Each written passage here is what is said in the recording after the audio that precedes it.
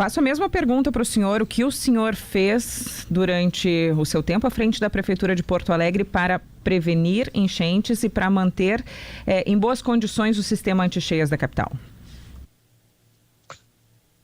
Essa resposta é um pouco diferente, né? Dos temas que nós estamos abordando hoje, porque ela tem algumas preliminares que têm que ser esclarecidas. No meu governo de 92, 96, nós estávamos enfrentando uma campanha muito grande de determinados setores da comunidade empresarial de que o muro deveria ser derrubado. E esta campanha, que era feita de maneira exaustiva e com alguns dados técnicos, nós tivemos que enfrentá-la naquela época. E nós fizemos um seminário internacional, né? Trouxemos autoridades dos Estados Unidos, da Europa, da América Latina, juntamente com o IPH, a nossa universidade, e inclusive com a coordenação do professor Carlos Tussi, né? Este seminário, ele revelou que o Muro da Mauá era um elemento central de proteção, né? Que compartilhava de um sistema de cheias que era exemplar aqui no país. E nós, a partir daí, começamos a discutir qual seria também o futuro do DEP, né? O DEP foi, então, fortalecido a partir daquela oportunidade. Os próprios professores que vieram para esse seminário, de outras universidades e outros países, disseram que uma cidade como Porto Alegre, ao lado de um estuário, né, ou de um lago, como queiram qualificar, tinha que ter um departamento especializado. Então nós fizemos concursos, qualificamos o DEP, fizemos um plano, né, de manutenção das bombas, de manutenção e qualificação do muro, revisão e manutenção permanente do sistema de comportas, né? Adotamos o sistema de comportas de superfície, que são aquelas que aparecem, né? E que tem por baixo delas um sistema de proteção. A manutenção permanente da Casa das Bombas, por exemplo, tanto elétrica como mecânica, ela se deu de uma maneira exemplar naquele momento. Aumentamos, inclusive, a capacidade, né, das máquinas, dos aparelhos que faziam essa drenagem. O que ocorreu depois disso? É claro que eu me lembro de uma entrevista que eu dei para o Paulo Santana, que naquele jeito histriônico dele me perguntou: prefeito, quando é que vão terminar os alagamentos de Porto Alegre? Eu digo, nunca vão terminar. A cidade está situada num lugar que precisam obras faraônicas, né? Precisa de obras faraônicas para não terminar. O que nós podemos fazer é melhorar, qualificar a proteção, para que, quando nós tivermos uma catástrofe semelhante à catástrofe que tivemos há 40 anos atrás, 50 anos atrás, 60 anos atrás, 70 anos atrás, nós estaríamos preparados para não causar efeitos com danos irreversíveis e brutais como tivemos agora. Naquele tempo isso aí tudo terminou. Um momento, por favor. Isso aí tudo terminou, né? Depois das nossas administrações, a campanha aumentou para a derrubada do muro. Isso causou uma espécie de lassidão na administração pública, os cuidados que nós fazíamos naquela oportunidade.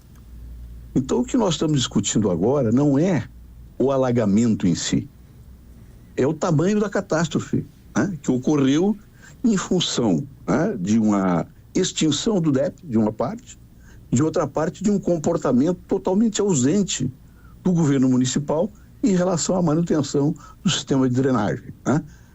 E isso que causou essa tragédia. Não o alagamento da cidade, mas a extensão do alagamento e os danos materiais e danos humanos que ocorreram e produtivos que ocorreram em função desse sistema. Então, esta é a questão concreta que nós temos que enfrentar hoje, né? Recuperar o DEP, qualificar o DEP, ter um sistema de manutenção permanente para que isso não ocorra nessa dimensão. E o outro aspecto que o Fortunato estava falando agora, com toda razão, nós temos um planejamento estratégico para mudar o padrão de relacionamento da cidade com o rio, com o estuário e com toda a bacia, né, de pluvial aqui do estado que deságua aqui no Guaíba. Isso é uma obra estratégica que muda a relação nossa com o ambiente e muda a nossa relação com o ecodesenvolvimento que está sendo propagado hoje como uma grande solução para a humanidade. E esta é a terceira fase que nós temos que atingir nesse momento, fazendo um plano estratégico, que o Rio Grande do Sul sirva de modelo, inclusive, aí a todo o país, né?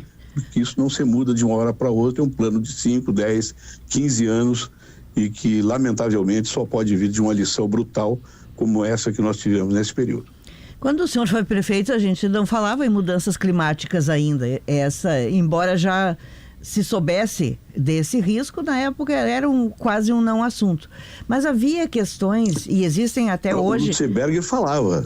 Sim, o Lutzenberger falava, mas falava, era uma voz isolada. Eu falo maciçamente como se fala hoje, né? Que é assunto em qualquer conferência que se faça no mundo todo. Nós incorporamos, né, no nosso governo todas aquelas lições ecoambientais que ele desenvolvia.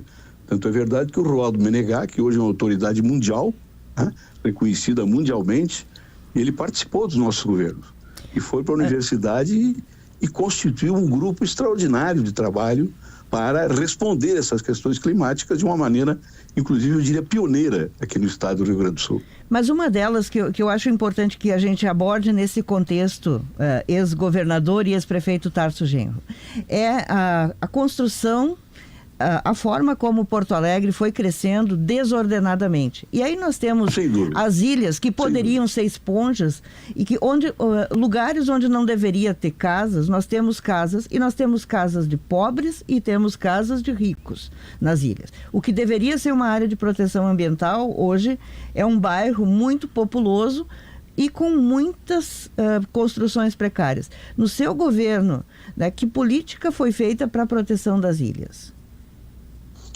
Foi a política que era desenvolvida naquele momento aqui no estado do Rio Grande do Sul para fazer um tratamento, né? Um tratamento adequado das ilhas e tentar deslocar aquela população de lá. Mas, como eu disse, isto não é uma questão de um governo. Isso é uma questão da natureza do Estado aqui no Brasil e de um planejamento estratégico nacional. Quer dizer, as ilhas, a ocupação das ilhas, é uma consequência de uma ausência de planejamento urbano que Porto Alegre sempre teve, né? Sempre teve de uma maneira, eu diria, elitizada, como tu estás dizendo, e que não refletiu na capacidade do Estado Nacional responder à questão habitacional e à questão da ocupação do espaço público. E isso que acontece em Porto Alegre acontece em todo o Brasil. Então, a questão concreta, me perdoa a resposta, que vai ser muito direta, não é saber o que as pessoas fizeram naquela oportunidade, os prefeitos que passam 2, 3, 4, 6 anos. É saber como os prefeitos se comportaram em relação às suas responsabilidades imediatas. Falando em responsabilidade, uma discussão agora é sobre o sistema de proteção ficar sob a responsabilidade do município, ou compartilhar com o Estado. O governo federal já... Isso tem que ser compartilhado. Como é que o senhor acha que tem que ficar? Temos 3 minutinhos. Eu acho que a primeira coisa que tem que ser, que a população tem que ser conscientizada, é que isso é uma visão estratégica de cidade e uma visão estratégica de país.